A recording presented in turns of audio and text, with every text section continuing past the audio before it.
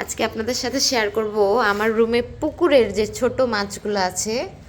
এই যে আমার রুমে পুকুর, এই যে আমার ছোট্ট মাছের পোনা, ছানা পোনাগুলো দেখেন। এখানে ওদের শ্যাওলার ব্যবস্থা করে দিছি, এই যে।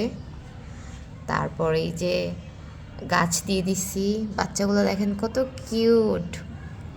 আসো আসো আসো আসো আসো, এই দেখেন বাচ্চাগুলা, মাশাআল্লাহ এগুলো অনেক কিউট। এখানে আরও কালেকশন আছে আমার। এই যে একটা মাছ, এই মাছটা সব থেকে সুন্দরী মাছ, ওকে ধরা একটু টাফ। আসো আসো আসো আসো আসো, এই যে ও সব থেকে সুন্দরী মাছ। এই যে আরও একটা মাছ আছে, এই যে ওকে বের করা যাবে না, ও অনেক চালাক, ও প্রচুর চালাক মাছ। এই যে প্রচুর চালাক সে।